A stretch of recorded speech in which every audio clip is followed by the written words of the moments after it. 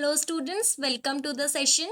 आज के सेशन में हम पढ़ने वाले हैं cases, functions of noun. Last session में हमने पढ़ा था नाउन के बारे में और नाउन के टाइप्स के बारे में, कितने टाइप्स की होती है नाउन, क्या होता है नाउन का मीनिंग। इस सेशन में हम पढ़ेंगे केसेस और फंक्शन ऑफ नाउन। नाउन के कितने केसेस होते हैं, नाउन कैसे फंक्शन करती है, क्या क्या फंक्शन होते हैं नाउन के। तो अगर हम देखें तो कहता है नाउन के कितने केसेस दिए हैं, नाउन के 3 केसेस दिए हैं आपको। पहला है आपका सब्जेक्टिव केस, अगला है ऑब्जेक्टिव केस और थर्ड है आपका डेटिव केस। सब्जेक्टिव केस को आप और भी क्या कहते हो, सब्जेक्टिव केस का दूसरा नाम क्या होता है, नॉमिनेटिव केस। ऑब्जेक्टिव केस का दूसरा नाम क्या होता है, एक्यूजेटिव केस। वहीं अगर हम डेटिव केस देखें तो डेटिव केस को क्या बोलते हैं हम, पजेसिव केस। तो अगर नेक्स्ट टाइम आपको कोई बोले कि ये नॉमिनेटिव केस क्या होता है या एक्यूजेटिव केस क्या होता है तो आपको पता होगा। यस, ठीक है। अब वन बाय वन हम इन तीनों केसेस को डिस्कस करते हैं। तो आपका फर्स्ट केस कहता है, फर्स्ट केस है आपका सब्जेक्टिव केस। सब्जेक्टिव केस कहता है the subjective case is the case used for a noun or a pronoun that is the subject of the verb। तो सब्जेक्टिव केस आपका क्या होता है, सब्जेक्टिव केस आपका होता है जब कोई नाउन किसी सेंटेंस में सब्जेक्ट का काम करे तो वो आपका सब्जेक्टिव केस होता है। For example, Ram married Sita. तो इसमें आपका राम क्या हो गया, राम आपका सब्जेक्ट हो गया। सब्जेक्ट के बारे में कौन बात कर रहा है, वर्ब। वर्ब कौन सी है हमारी इसमें, मैरिड।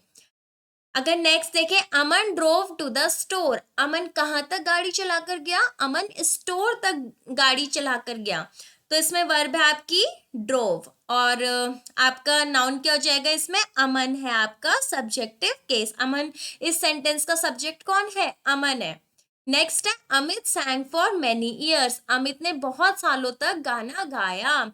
वर्ब है आपकी सैंग और आपकी किसके बारे में बात हो रही है, यहाँ पर अमित के बारे में बात हो रही है। तो अमित इस सेंटेंस का क्या हो जाएगा, अमित इस सेंटेंस का सब्जेक्ट हो जाएगा। अगर मैं आपको एक एग्जांपल देना चाहूं, राहुल प्लेज फुटबॉल। राहुल क्या खेलता है, राहुल फुटबॉल खेलता है। तो यहाँ पर हमारी वर्ब क्या है, वर्ब है हमारी प्लेज और वर्ब किसके बारे में बात कर रही है, वर्ब बात कर रही है हमारे राहुल के बारे में। तो राहुल इसमें क्या हो जाएगा, सब्जेक्ट हो जाएगा। ठीक है, तो कहना इसे कि जब आपका नाउन आपकी वर्ब से पहले आता है तो वो आपका कौन सा केस होता है, वो आपका सब्जेक्टिव केस होता है। ठीक है स्टूडेंट्स, अगर अब हम नेक्स्ट केस देखें तो आपका नेक्स्ट केस है ऑब्जेक्टिव केस या फिर क्या भी कहते हैं इसे, एक्यूजेटिव केस। कहता है the nouns that act as an object in a sentence are known as the objective case.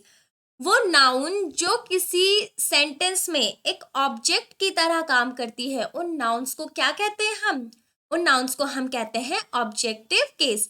For example, show her the book now. Show, show क्या है यहाँ पर, हमारी वर्ब है। आपकी नाउन क्या हो जाएगी इसमें, बुक। तो कहना है इसे बुक यहाँ पर ऑब्जेक्ट का काम कर रहा है, तो बुक यहाँ पर क्या हो जाएगा, आपका ऑब्जेक्ट हो जाएगा। नेक्स्ट है आपका माई ब्रदर पिक्ड लिजर्ड। मेरे ब्रदर ने पिक करी लिजर्ड। लिजर्ड इज आपका गिरगिट, एक तरह से रेप्टाइल ही होता है। तो मेरे ब्रदर ने पिक करी लिजर्ड। पिक क्या होता है आपका, पिक आपका वर्ब हो जाएगा इस सेंटेंस में और लिजर्ड क्या है आपकी ऑब्जेक्ट है। बलराम गेव हिज सिस्टर अ रुपी। बलराम ने अपनी सिस्टर को क्या दिया, 1 रुपए दिया। तो यहाँ पर आपकी वर्ब क्या हो जाएगी, गेव और आपका आपकी नाउन क्या हो जाएगी, सिस्टर हो जाएगी। तो यहाँ पर सिस्टर कहना है इसे कि ऑब्जेक्ट का काम कर रही है। तो यहाँ पर आपका कौन सा केस यूज हुआ है, ऑब्जेक्टिव केस यूज हुआ है। तो कहना है इसे कि जब वर्ब के बाद आपकी कोई नाउन आती है तो वो आपका ऑब्जेक्टिव केस हो जाता है, जब आपके वर्ब के बाद नाउन आएगी। और अगर वर्ब से पहले नाउन आती है तो वो कौन सा केस हो जाता है आपका, सब्जेक्टिव केस। अब अगर हम नेक्स्ट केस देखें, नेक्स्ट केस है डेटिव केस या फिर पजेसिव केस। अब ये केस आपका सबसे इम्पोर्टेंट केस है। क्यों? क्योंकि इससे क्या होता है, काफी कंफ्यूजन होती है इसमें स्टूडेंट्स को। ठीक है, पढ़ते हैं। Nouns are considered possessive when they are used to show ownership of something. कहता है नाउन को हम पजेसिव कब कहते हैं, जब वो क्या शो करती है, ओनरशिप शो करती है। अब पोजेशन का मीनिंग क्या होता है? पोजेशन का मीनिंग होता है आपका हक जताना, आपकी ओनरशिप जताना, बिलोंगिंग्स, बिलोंगिंग्स जताना। इसको क्या बोलते हैं हम? पोजेशन शो करना बोलते हैं। अब एग्जाम्पल देखें। Ram gave Shyam Balram's book. राम ने श्याम को बलराम की बुक दी। यहाँ पर आपकी बुक किसकी है? बुक है आपकी बलराम की। तो कहना इसे यहाँ पर पोजीशन शो हो रहा है कि बुक किसकी है? बुक आपकी है बलराम की। और ये पोजीशन हमने कैसे शो किया? ये हमने अपॉस्ट्रोफे एस से शो किया है। नेक्स्ट देखें तो नेक्स्ट है अमित्स बैग वॉज रेड। यहाँ पर पोजीशन क्या शो हो रहा है कि अमित का बैग रेड है। पता चल रहा है हमें कैसे? अमित के साथ अपॉस्ट्रोफे एस लगा दिया हमने। ठीक है, नेक्स्ट है आपका Mohan's shirt was blue. Mohan की शर्ट कैसी है? मोहन की शर्ट ब्लू है। यहाँ पर पोजीशन किसका शो हो रहा है? मोहन की शर्ट का। और मोहन की शर्ट में हमने पोजीशन कैसे शो किया है? मोहन के साथ अपॉस्ट्रोफे एस लगाकर। कहता है Ram's car was red. Ram की कार रेड है, रेड थी। तो राम की कार, क्या बोल रहे हैं? राम की कार। ठीक है, शाम्स सेंट्रो, शाम की सेंट्रो।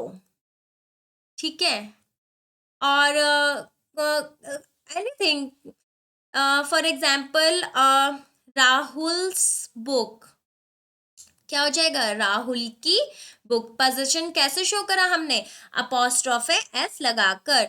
तो जब हम नाउन में कभी भी पोजीशन शो करते हैं तो हम क्या लगाते हैं उसमें? अपॉस्ट्रोफे एस। तो अपॉस्ट्रोफे एस लगाकर हम पोजीशन शो करते हैं। पर क्या हम नॉन लिविंग थिंग्स में भी अपॉस्ट्रोफे एस लगा सकते हैं? For example tables, tables leg. क्या हम ऐसे बोल सकते हैं? नो मैम, ऐसे नहीं बोल सकते, बिकॉज नॉन लिविंग थिंग्स के आगे आप क्या नहीं करते? आप अपॉस्ट्रोफे एस नहीं लगाते नॉन लिविंग थिंग्स में। ठीक है, फॉर एग्जाम्पल बुक्स कलर। तो बुक्स कलर आपका क्या हो जाएगा? आपका बुक्स कलर रॉन्ग हो जाएगा। क्यों? क्योंकि बुक क्या है? आपकी नॉन लिविंग थिंग है, और नॉन लिविंग थिंग के आगे आप कभी भी क्या अपॉस्ट्रोफे एस नहीं लगाते। अब आप कहोगे मैम क्या ये हो सकता है? ट्रीज लीव्स, क्या ये हो सकता है?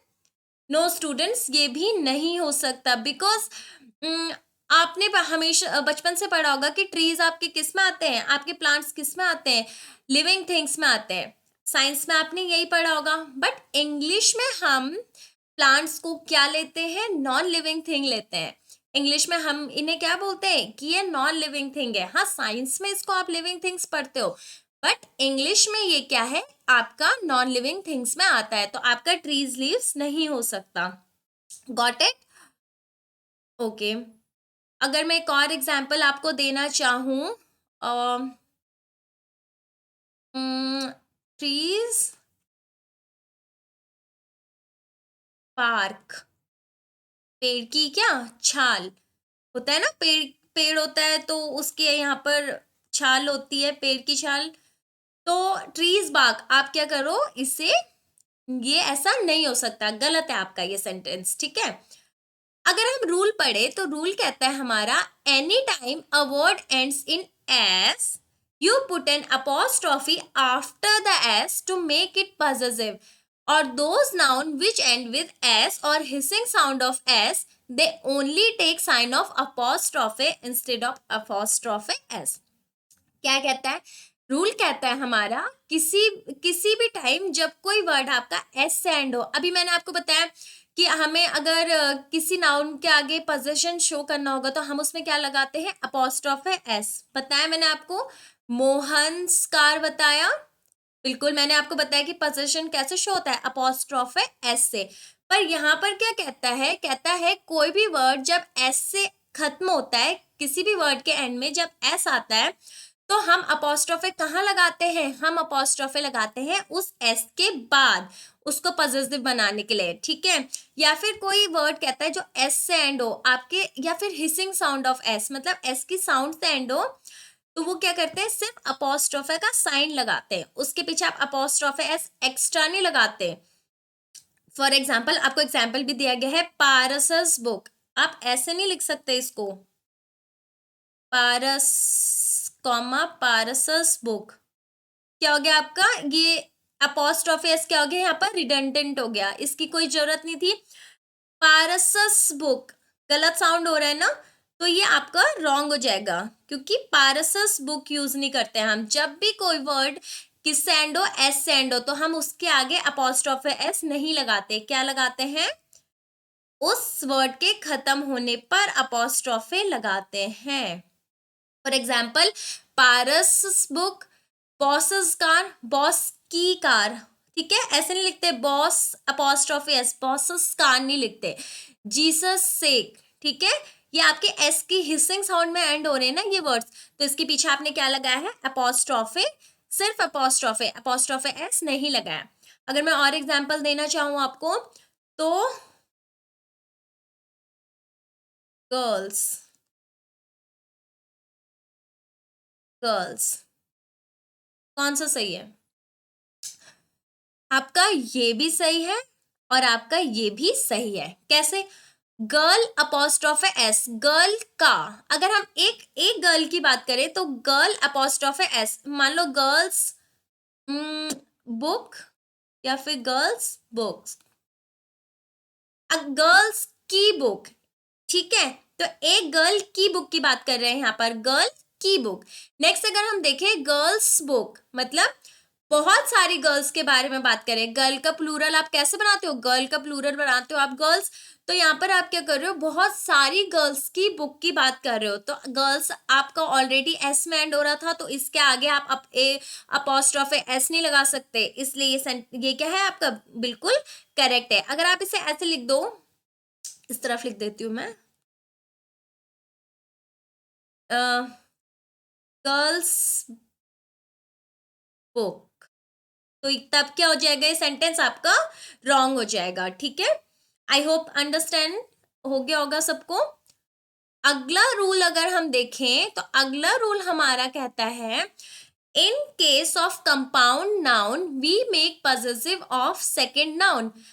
कंपाउंड नाउन के केस में क्या होता है, हम जो पोजेशन शो करते हैं वो सेकेंड नाउन में शो करते हैं। अब आपकी कंपाउंड नाउन क्या होती है मैम, कंपाउंड नाउन होती है वो नाउन जो दो या दो से ज्यादा नाउन से मिलकर बनी होती है, उस नाउन को हम कहते हैं कंपाउंड नाउन। तो कहता है कंपाउंड नाउन के केस में हम जो पोजेशन शो करते हैं हमेशा सेकेंड नाउन का शो करते हैं। फॉर एग्जाम्पल, अगर मैं आपको कंपाउंड नाउन के एग्जाम्पल देना चाहूँ पहले, तो कंपाउंड नाउन के एग्जाम्पल आपके होते हैं, for example mother in law, mother in law, आपका फादर इन लॉ, आपका सिस्टर इन लॉ, तो ये सब आपके क्या हो गया, ये आपके कंपाउंड नाउन के एग्जाम्पल हो गए। अगर मैं सेंटेंस में यूज देखूं तो सेंटेंस में कहता है, my brother in law's car was stolen, मेरे ब्रदर इन लॉ की कार चोरी हो गई। अब यहाँ पर आप, अगर आप ब्रदर के पीछे अपोस्ट्रोफ एस लगाते हो तो वो सेंटेंस आपका क्या हो जाएगा, रॉन्ग हो जाएगा, बिकॉज मैंने अभी आपको पढ़ाया कि कंपाउंड नाउन के केस में हम क्या करते हैं, हम हमेशा जो सेकंड वाली नाउन होती है उसके पीछे अपोस्ट्रोफ एस लगाते हैं पोजीशन शो करने के लिए। यहाँ पर पोजीशन क्या शो हो रहा है कि मेरे ब्रदर इन लॉ की कार, है ना, तो यहाँ पर आपने किस पे लगाया अपोस्ट्रोफ एस, सेकंड वाली नाउन के पीछे। My mother in law's new house, मेरी मदर इन लॉ का नया घर, तो यहाँ पर पोजीशन क्या शो हो रहा है, मेरी मदर इन लॉ का घर, और आपने अपोस्ट्रोफ एस किस पे लगाया है, यहाँ पर आपने करेक्ट है अपोस्ट्रोफ एस लगाया है सेकंड नाउन के पीछे, ठीक है। आई होप क्लियर होगा ये। नेक्स्ट आपका रूल कहता है if there is relationship between two nouns, in that case we use s with second noun. अगर दो नाउन के बीच में रिलेशनशिप होगा तो आप क्या करोगे, अपोस्ट्रोफ एस सेकंड वाली नाउन के पीछे लगाओगे। ठीक है, देखते हैं एग्जाम्पल में, राम एंड सीताज डॉटर, राम और सीता की डॉटर। ठीक है, सही है, आपका सेंटेंस बिल्कुल करेक्ट है, बिकॉज यहाँ पर इनके बीच रिलेशनशिप शो हो रहा है, हस्बैंड और wife, Ram and Sita's daughter. ठीक है, राम एंड श्याम्स कार, हो सकता है, बिल्कुल हो सकता है, राम और श्याम भाई हो तो उन दोनों की एक ही कार हो, तो राम एंड श्याम्स कार बिल्कुल सही है। नेक्स्ट सेंटेंस अगर हम देखें, राम एंड श्याम्स कार्स, राम की और श्याम की गाड़ियां, कार्स प्लूरल हो गया ना, क्या ये सेंटेंस अब सही है आपका? यस स्टूडेंट्स, ये सेंटेंस भी आपका बिल्कुल करेक्ट है, because Ram and Shyam's car, हो सकता है उनके पास दो गाड़ियां हो सकता है उनके पास तीन गाड़ियां हो, उनके पास सेंट्रो हो, i10 हो, i20 हो सकता है, तो बिल्कुल ये सेंटेंस आपका करेक्ट है। नेक्स्ट देखें अगर हम, राम एंड श्याम्स मदर, राम और श्याम की मम्मी, बिल्कुल सही है आपका, ये सेंटेंस भी करेक्ट है। तो आई होप आप समझ पा रहे होंगे इन एग्जांपल्स के थ्रू कि जब दो नाउन्स के बीच में रिलेशनशिप शो हो रहा होता है तो हम एस किसके पीछे लगाते हैं, हम अपोस्ट्रोफ एस लगाते हैं सेकेंड नाउन के बाद। फॉर एग्जाम्पल, एक और एग्जाम्पल अगर ले लो, I visited Mahesh and Geeta's house twice but every time I found the couple absent. ठीक है, मैं महेश और गीता के घर 2 बार चला गया, पर जितनी बार भी मैं गया कपल क्या थे, घर पे नहीं थे। तो यहाँ पर कपल की बात कर रही है, तो इसका मतलब महेश एंड गीता के बीच आपका रिलेशनशिप शो हो रहा है, तो महेश और गीता रिलेशनशिप शो हो रहा है, तो आपने अपोस्ट्रोफ एस किसके पीछे लगाई है? यस, आपने अपोस्ट्रोफ एस लगाई है आपकी सेकंड वाली नाउन के पीछे। अगर मैं आपको एक सेंटेंस दूं, अमित एंड सोहन्स वाइफ, अब क्या ये आपका सेंटेंस करेक्ट हो सकता है? नो, ये सेंटेंस आपका करेक्ट नहीं हो सकता। ये सेंटेंस तो आपको क्या कह रहा है, अमित एंड सोहन्स वाइफ, अमित और सोहन की वाइफ, तो ये तो करेक्ट नहीं हो सकता, इंडिया में तो नहीं हो सकता, तो ये सेंटेंस आपका क्या हो जाएगा, रॉन्ग हो जाएगा। ठीक है, क्या ऐसा, अगर मैं एक और एग्जांपल दूं, अमित अमित्स एंड सोहन्स वाइफ, अमित की और सोहन की वाइफ, क्या ये अब करेक्ट है?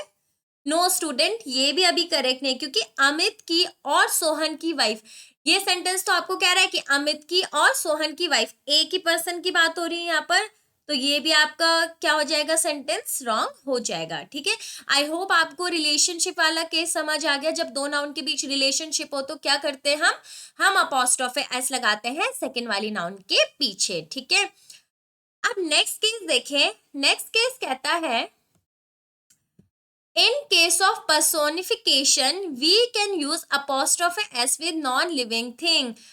पर्सोनिफिकेशन क्या होता है? पर्सोनिफिकेशन होता है जब हम किसी नॉन लिविंग थिंग को किसी लिविंग थिंग की तरह ट्रीट करते हैं, तब उसे हम क्या कहते हैं, पर्सोनिफिकेशन।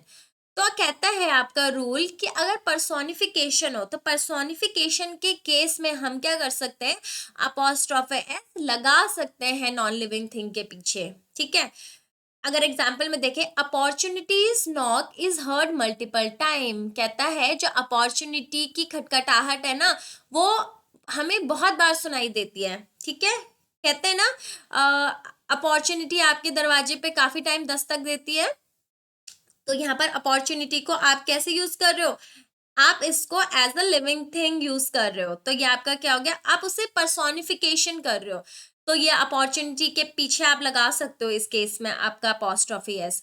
अगर नेक्स्ट देखें, the doors curtain is very dirty, दरवाजे के कर्टेन क्या है, बहुत गंदे हैं, इस केस में भी आपका क्या है, पर्सोनिफिकेशन यूज कर रहा है, तो इस केस में आप क्या कर सकते हो, नॉन लिविंग थिंग के पीछे आप अपॉस्ट्रोफी एस लगा सकते हो, ठीक है। आई होप ये रूल भी क्लियर होगा। अब हम पढ़ते हैं आज के वर्ड्स पर। आज के 5 वर्ड्स जो हैं वो आपके मैं आपके लिए 5 वर्ड्स लेकर आई हूँ और उनके सिनोनिम्स भी लेकर आई हूँ। पर अब नाउन में आप क्या करेंगे, हम नाउन आपका यहाँ पर एक तरह से फिनिश हो गया है। अब नेक्स्ट जो सेशन होगा मैं उसमें आपके लिए नाउन के प्रैक्टिस सेशन लेकर आऊंगी। ओके स्टूडेंट्स, बढ़ते हैं अपने वर्ड्स की तरफ। पहला वर्ड जो हमारा है, पहला वर्ड हमारा है डेलिब्रेट। डेलिब्रेट का मीनिंग क्या है? डेलिब्रेट का मीनिंग है डन ऑन पर्पस, मतलब कोई चीज जानबूझ कर करना, इसको क्या कहते हैं, हम डेलिब्रेट कहते हैं। सिनोनिम देखें, सिनोनिम होता है इंटेंशनल। इंटेंशनल आपका क्या होता है, कोई चीज जानबूझ के करना। प्लान्ड, कोई चीज प्लान, एक तरह से प्लान बनाकर करना।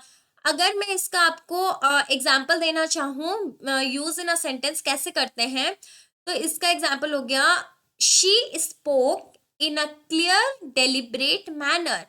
उसने बात की, कैसे, उसने कैसे बात करी, एकदम साफ, क्लियरली। डेलिब्रेट मतलब प्लान्ड मैनर में, सब कुछ प्लान करके बात की, ठीक है। तो आई होप डेलिब्रेट का मीनिंग आपको क्लियर होगा।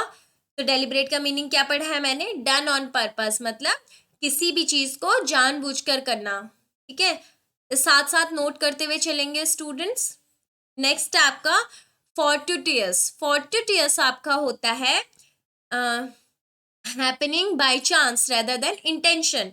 इसका मतलब होता है कोई चीज गलती से हो जाना बिना किसी इंटेंशन के, ठीक है। अगर आपके हम सिनोनिम्स देखें, सिनोनिम है अनएक्सपेक्टेड। अनएक्सपेक्टेड आपकी सेम चीज होती है, कोई चीज बाय चांस हो जाना, आपने एक्सपेक्ट ना किया हो, कोई चीज अचानक से हो जाना। नेक्स्ट है आपका अनप्रिडिक्टेबल। प्रिडिक्टेबल तो आपका क्या होता है, प्रिडिक्टेबल आपको होता है जब आप सामने आगे क्या होने वाला है उसे प्रिडिक्ट कर सको, आप पता लगा सको कि क्या हो सकता है। तो अनप्रिडिक्टेबल क्या हो जाएगा, उसका बिल्कुल ऑपोजिट हो जाएगा। अनप्रिडिक्टेबल का मीनिंग होता है जब आप कोई चीज पता ना लगा सको कि आगे क्या होने वाला है, अनएक्सपेक्टेड। अगर इसका हम एग्जाम्पल में देखें यूज, तो I met her, no, next example देती हूँ इससे अच्छा। The meeting between us was fortuitous, मतलब जो हमारे बीच मीटिंग थी वो कैसी थी, इट हैपेंड बाय चांस। कोई इंटेंशन नहीं था मिलने का, बट कैसे मिल गए, मिले बाय चांस, तो it was fortuitous. I hope clear होगा।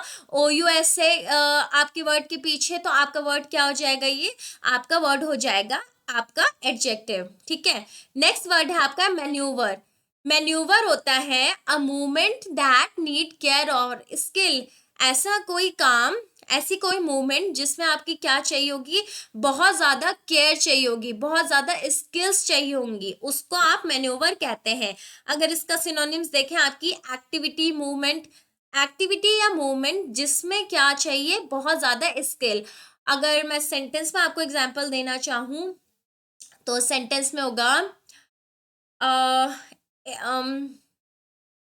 I maneuvered to park my car, ठीक है। मतलब it took a lot of care और a skill for me to park my car, ठीक है। मुझे अपनी कार पार्क करने के लिए बहुत ज्यादा केयर और बहुत ज्यादा स्किल की जरूरत पड़ी, ठीक है। नेक्स्ट अगर हम देखें, नेक्स्ट होता है हमारा एडियरेंस। एडियरेंस क्या होता है, एडियरेंस कहता है the act of doing something according to a particular rule और स्टैंडर्ड। एडियरेंस होता है कोई काम करना according to a particular rule और स्टैंडर्ड, मतलब कोई भी काम करना किससे, एकदम रूल से, एकदम स्टैंडर्ड से। कोई काम अगर जिस स्टैंडर्ड से होती है तो आप उसी ही स्टैंडर्ड से उस काम को करना। जो रूल्स फॉलो किए जाते हैं तो वो काम आप कैसे कर रहे हो, एकदम रूल फॉलो करके कर रहे हो, तो उसे आप कहते हो अडियरेंस। अगर इसके सिनोनिम्स देखें, सिनोनिम्स, बिल्कुल सिनोनिम्स आपके लॉयल्टी। लॉयल्टी इज विश्वास। ओबीडियंस, ओबीडियंस इज आपकी जो हर बात मानना। अगर मैं सेंटेंस में इसका आपको यूज बताऊं, adherence is she adhere to the rules of her organisation.